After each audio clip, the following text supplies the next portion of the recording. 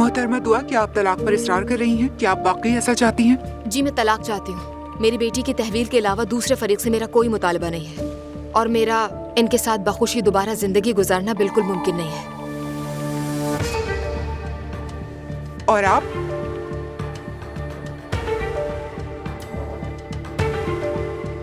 जज साहिबा, मैं अपनी बीवी से बहुत प्यार करता हूं,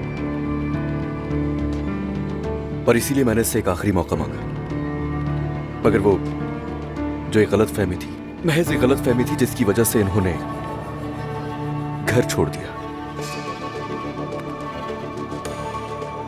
मेरी बेटी से दूर रखा मुझे, यहां तक कि इन्होंने मुझे उसे देखने भी नहीं दिया।